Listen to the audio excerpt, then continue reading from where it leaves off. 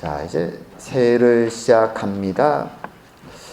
저희 어릴 때는 새해를 시작하면 교회마다 사경회 또는 부흥회 이런 것들을 많이 해서 사람들이 함께 모여서 한 해 동안 이제 부흥을 경험하고 하나님의 역사를 기대하는 그런 일들이 굉장히 많았습니다. 사실 제가 중고등학교 다니고 대학을 다녔던 80년대, 90년대 우리 흔히 그 시기를 부흥의 시대라고 부릅니다. 부흥의 시대, 한국교회의 부흥의 시대.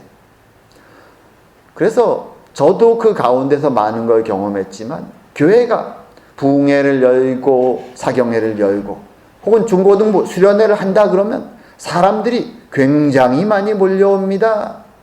그리고 거기에는 은혜가 있었습니다.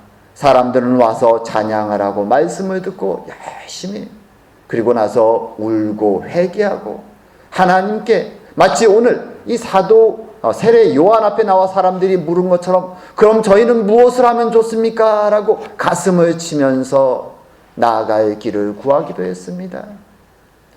그래서 그 가운데 많은 사람들은 헌신해서 신학교를 가고 목사가 되기도 하고 또는 먼 타국 오지로 가서 선교사가 되기도 했습니다. 아직도 그런 많은 분들이 오지에서 일하고 있습니다. 우린 그것을 부흥의 역사라고 말합니다. 어떤 면에서 불가항력적이죠. 누가 시키지도 않았는데 마음에 감동을 받고 울고 회개하고 결단하고 저는 무엇을 해야 할까요? 질문하고 기도하며 헌신해서 길을 찾아 나가는 것이죠. 한국교회는 그래서 80년대, 90년대 굉장히 많이 부흥하고 교회만 생기면 사람들이 넘쳐나기도 했습니다. 하지만 2000년대가 되면서 그런 부흥의 모습을 찾아보기는 어렵습니다. 그래서 사람들은 지나고 나서야 80년대, 90년대 우리가 겪었던 것이 항상 아무 때나 있는 것이 아니라 특별한 시기에 하나님이 부어주시는 부흥의 시기였음을 뒤늦게 깨닫죠. 성경에도 그런 부흥의 시기들이 등장합니다.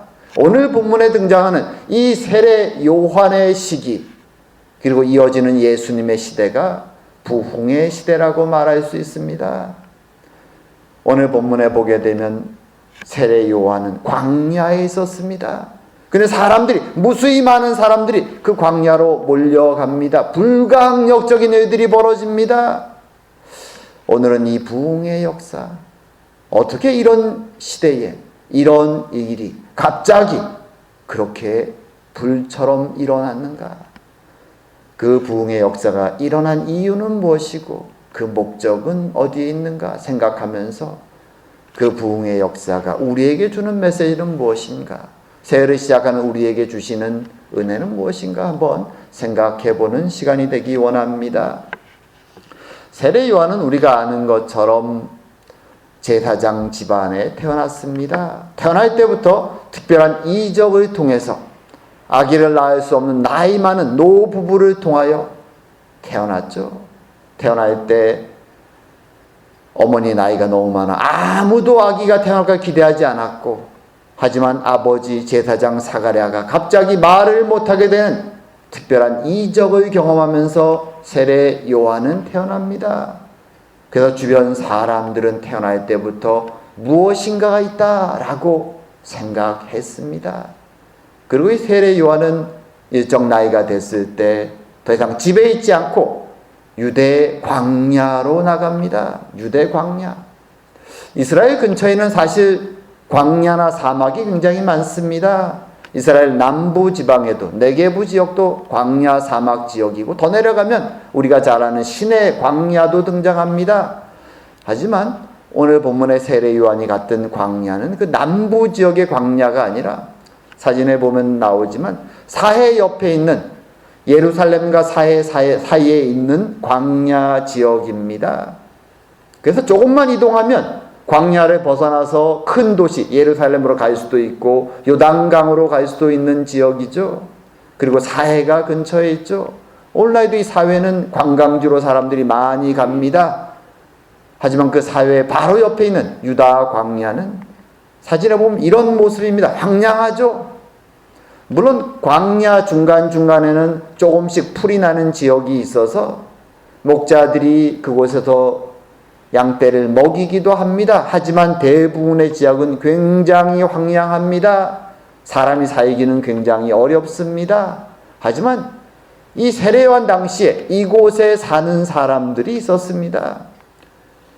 보통 에세네파라고 하는데 오늘날로 말하면 글쎄요, 중세, 수도원, 수도사들을 생각하면 될까요? 그런 황량한 지역에 가서 특별히 공동체를 이루고, 지금 사진에 보이는 것은 그저 잘 보이지 않지만 그 에세네파들의 유적지입니다. 우연히 발견됐죠. 우리가 흔히 쿰난 유적지라고 부르는데, 이들은 로마 치하에 있는 타락한 이스라엘 사람들을 떠나서 우리는 하나님의 말씀대로만 살겠다라고 결심하고 이 오지에 가서 음식도 잘 없는 이곳에 가가지고 신앙생활을 합니다. 수도승처럼 그렇게 말씀을 기록하고 더 거룩한 삶을 살기 노력했죠. 세례 요한이 갔던 지역이 이런 지역입니다. 그가 이 에세네파 사람들의 공동체에서 함께 생활했는지 아닌지는 우리가 기록을 가지고 있지 않기 때문에 알 수는 없습니다. 하지만 그들과 유사하게 광야에 가서 그는 오직 말씀과 기도로 자신에게 주신 사명을 감당하기 위해서 특별한 신앙 훈련의 시간을 가지고 있었습니다. 그리고 이제 하나님의 때가 됐을 때, 오늘 본문에 등장하는 때는 아마도 예수님과 세례 요한이 탄생한 지 한 30년 정도가 흘러서, 예수님과 세례 요한은 6개월밖에 차이가 나지 않죠, 출생이. 그래서 30살이 넘어서 이제 장년이 되었을 때, 그때 하나님의 말씀이 세례 요한에게, 광야에 있는 세례 요한에게 임합니다. 그리고 그를 하나님의 선지자로, 사역자로 사람들에게 보내죠. 세례 요한은 사람들에게 무엇이라고 외쳤을까요? 그가 했던 것은 어떤 면에서 크게 두 가지죠. 하나의 메시지와 하나의 일입니다. 지금 사진에 나오는 것이 요단강입니다. 유대 광야 바로 있는 옆에 있는 요단강. 그 근처에서 사람들을 모아서 그는 그렇게 외쳤습니다. 회개하라. 천국이, 하나님의 나라가 가까이 왔다. 하나님의 약속된 심판의 때가, 그 나라가 임재할 때가 가까이 왔다. 사실 세례 요한처럼 나와서 외친 사람이 세례 요한이 처음이 아닙니다. 이스라엘이 포로지에서 돌아오고 400년 동안, 비록 우리가 성경에 기록이 더 이상 없기 때문에 흔히 암흑시대라고 부르지만, 그래도 그 시대에도 하나님의 말씀을 외치는 사람들은 있었습니다. 그리고 자신이 하나님의 계시를 받았다고 외치는 사람도 있었습니다. 하지만 별로 호응하는 사람들이 많지 않았습니다. 소수의 그룹이 따라다니다가 결국 시간이 지나면 사라졌습니다. 하지만 이 세례 요한의 때에는 달랐습니다. 그가 선지자의 복장을 하고 나타나서 사람들에게 외치자 사람들이 유대 전역에서부터 몰려가기 시작합니다. 마치 그 옛날 엘리야처럼 그는 낙타옷을 입고 허리에 가죽띠를 두고 메뚜기와 석청을 먹으면서 담대하게 사람들이 그들의 죄를 지적하고 회개하고 돌이키라고 외치자 이스라엘 전역에서부터 구름대처럼 많은 사람들이 그가 사역하는 요단강 근처에 와서 이 마지막 때에 하나님의 진노하심 앞에서 두려워 떨면서 회개하고 눈물로 기도하면서 세례를 받기 위해 나옵니다. 참 어떤 면에서 이 모습은 그동안 400년 동안 암흑기였던 이스라엘 시절을 이제 새로운 시대로 이끌어가는 놀라운 변화죠. 인간의 지혜로는, 인간의 지식으로는 이해가 되지 않는 특별한 부흥의 시기가 찾아온 것입니다. 우리도 알지만 나라가 없어지고 다른 나라의 치하에 살게 되면 사람들은 먹고 살기가 더 어렵죠. 착취가 더 심해집니다. 그럼 사람들이 일반적으로 하는 것은 신앙의 문제, 종교의 문제는 뒤로 하고 생존을 위해서 사람들이 발버둥치죠. 발버둥칩니다. 어떻게든 내가 살아남기 위해서 민족도 국가도 종교도 뒤로 하는 사람들이 많습니다. 그런데 세례 요한 앞에 종교 지도자들도 나타나고 로마의 앞잡이가 되어 있는 세리들도 나타나고 군인도 나타납니다. 그들이 와서 무릎 꿇고 말합니다. 이제 저는 어떻게 하면 좋을까요? 어떻게 이런 일들이 벌어질까요? 보통 때라면 자신의 생존을 위해서 전혀 돌아보지 않던 이 성경의 메시지, 구약 선지자들이 그처럼 외쳤던 회개하라, 하나님께 돌이켜라, 하나님의 때가 가까웠다는 이 메시지, 내용으로 보면 전혀 차이가 없는데 어떻게 세례 요한이 외쳤을 때 이렇게 큰 변화가 일어나는 것입니까? 이것을 우리 흔히 구약 시대에도 있었고 교회 시대에도 있었고 그리고 지난 2000년 교회 역사 속에서도 중간중간 계속 반복됐던 부흥의 역사라고 우리는 말합니다. 부흥의 역사. 특별히 이 시기에 세례 요한 때 있었던 부흥의 때에는 그 원인을 두 가지 정도 생각해 볼 수 있습니다. 어떻게 이렇게 전국적으로 회개와 함께 몰려 나오는 일들이 벌어지는가? 도대체 세례 요한이 초라한 옷을 입고 있는 이 사람이 누구기에 이런 역사가 벌어지는가? 이것은 하나는 오랜 소망이 성취되는 것이죠. 이스라엘 사람들은 400년 동안 나라 없이 살아갑니다. 물론 중간에 나라 비슷한 걸 세웠던 적도 있지만 이전에 다윗 왕국 같은 나라는 아니었습니다. 그들이 소망하는 하나님 나라는 아직 도래하지 않았습니다. 지금도 로마 치하에서 박해를 받으면서 세금을 걷어내고 빼앗기고 로마에 붙은 사람들만이 권력과 부를 누리는 힘든 세월을 살아가고 있습니다. 하나님이 빨리 메시아를 보내주셔서 그들을 구원하기를, 이스라엘의 구원과 이스라엘의 위로가 찾아오기를 사람들은 간절히 기도합니다. 400년 동안 그들은 기도해 왔던 것입니다. 그 기도가 계속 쌓여오는 것이죠. 기다리는 사람들에게는 굉장히 답답합니다. 하지만 하나님의 시간이 째깍째깍 흐르고 있죠. 하나님은 보고 계신 것입니다. 그들의 기도가 하나도 떨어지지 아니하고 하나님의 기도 항아리 안에 쌓여가는 것이죠. 그리고 이제 그 때가 된 것입니다. 하나도 우리의 기도는, 우리의 기다림의 기도들은, 간구는 하나님 앞에서 잊혀지지 않습니다.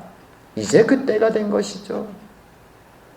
마치 우리가 지난주에 살폈던 기도하고 평생을 기다려 죽을 때가 다 된 시므온처럼, 안나처럼 그렇게 기도로 기다려왔던 사람들의 때가 하나님의 섭리 가운데 이루어진 것입니다.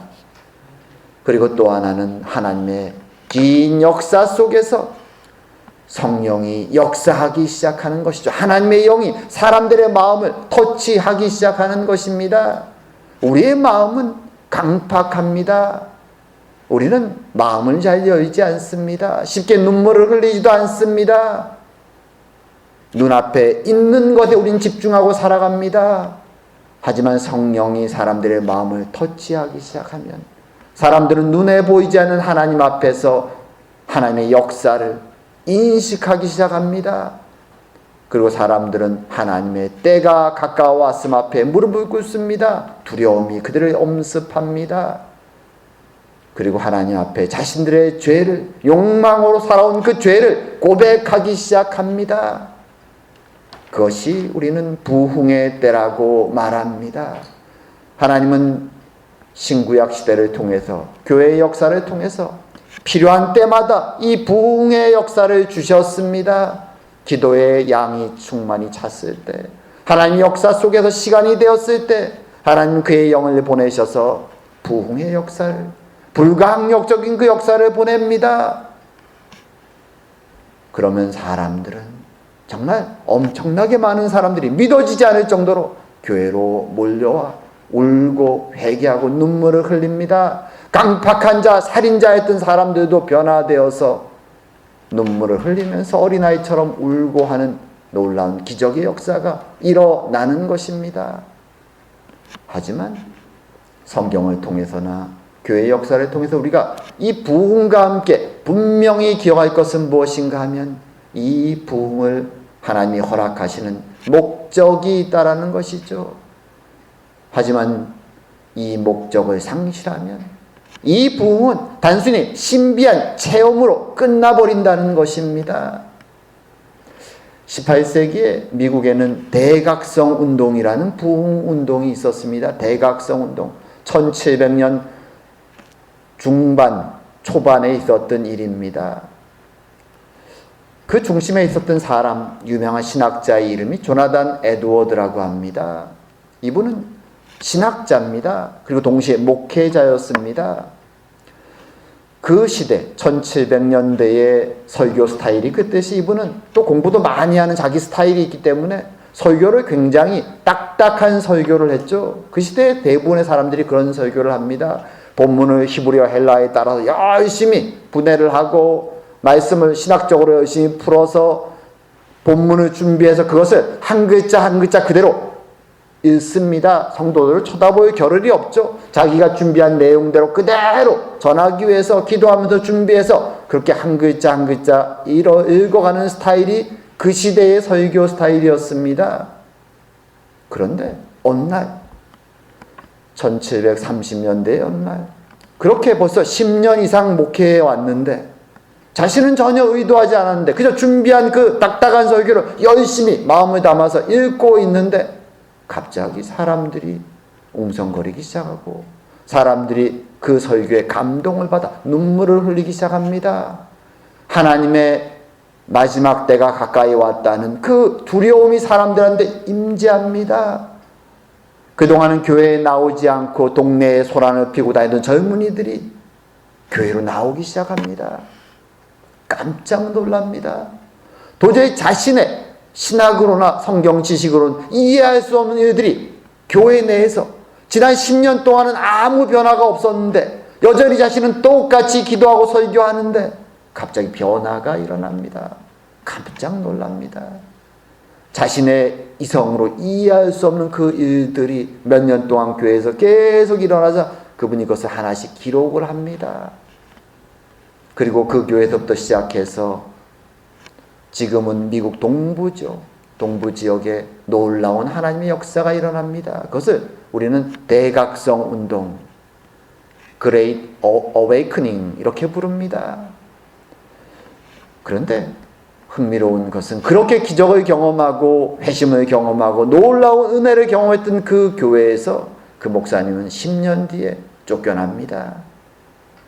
목사님 무슨 큰 윤리적으로나 잘못을 해서 쫓겨난 것이 아닙니다. 왜 쫓겨났을까요? 그 기적과 감동과 은혜가 있었던 교회에서 그 당사자인 목사님이 그 말씀을 했던 목사님이 왜 쫓겨났을까요?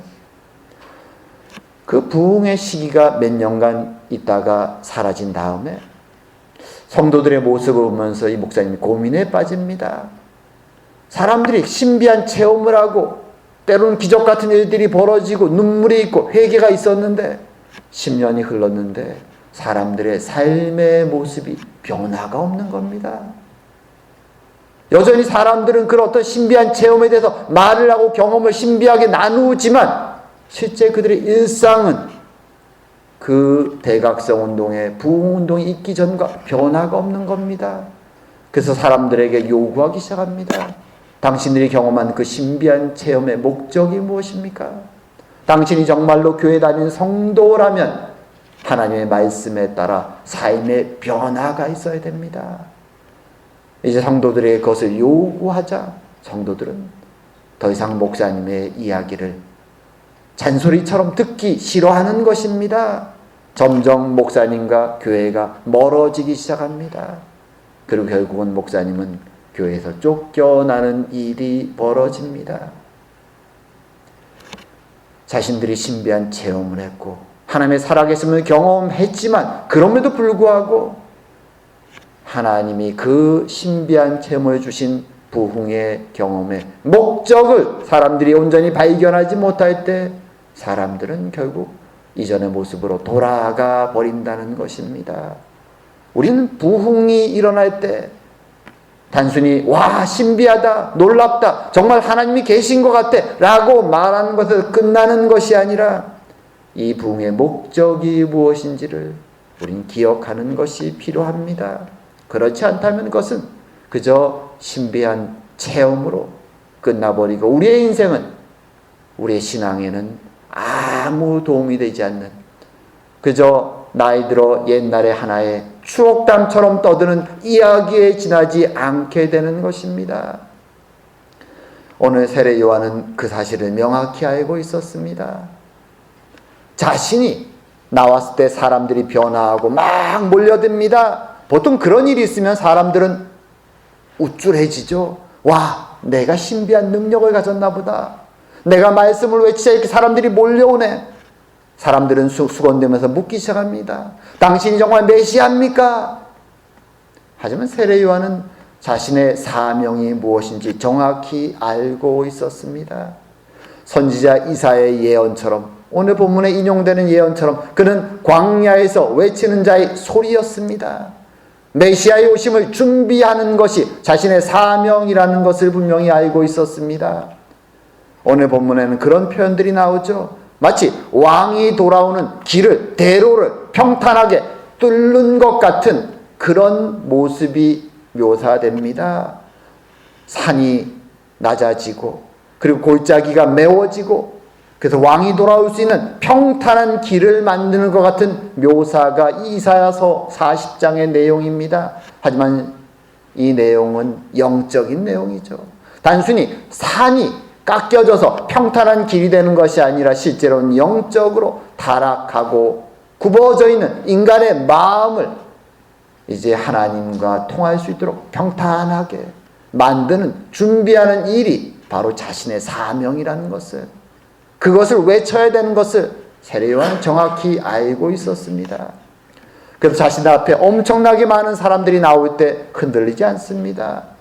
그리고 그들 가운데, 이 부흥의 역사 가운데 사람들에게 명확히 심어줘야 될 메시지를 그는 알고 있었죠. 그리고 그 가운데에는 비록 다 같이 엄청나게 많은 사람이 나오지만 그 가운데는 여러 부류의 사람들이 섞여 있다는 것도 알고 있었습니다. 이 부흥의 역사 때 그런 일이 많습니다.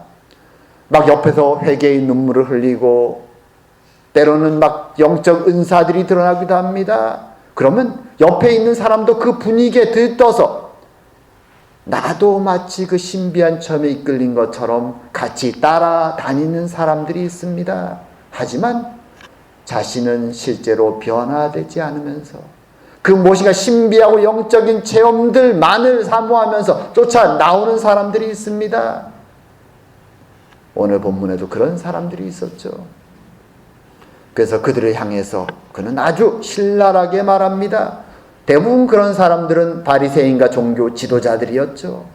변화를 원하지 않으면서 자신들의 특권과 권리는 그대로 지키면서 무엇인가 하나님의 은혜도 사모하는 척하면서 나온 자들을 향해 이렇게 외치죠.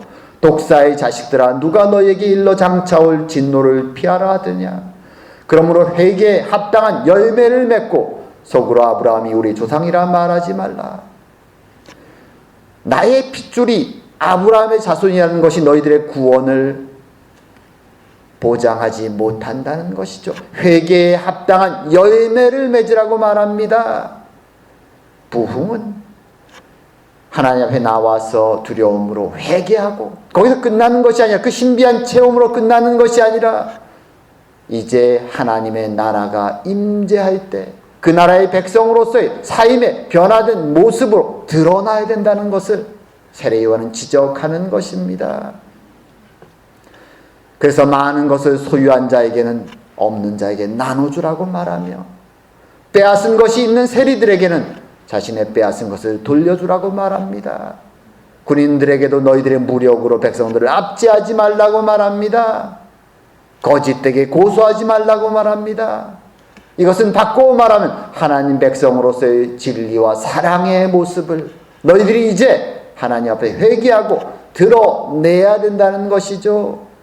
하나님 나라에 임재할 때 그 임재의 모습은 사랑과 진리의 모습이라고 말하는 것입니다. 단순히 그 두려움과 신비한 체험을 한 것으로 끝나는 것이 아니라 그들의 삶이 하나님의 임재하심으로 말미암아 변화되고 회개에 합당한 열매로 모습이 드러나야 되는 것입니다. 그럴 때 사람들은 그 모습을 보면서 하나님의 나라가, 진리가, 사랑이 저런 것이구나 깨달으며 이제 그리스도의 복음을 향해 마음을 열기 시작하는 것입니다. 그것이 부흥의 목적인 것입니다. 하나님의 나라의 임재를 준비하는 것이죠.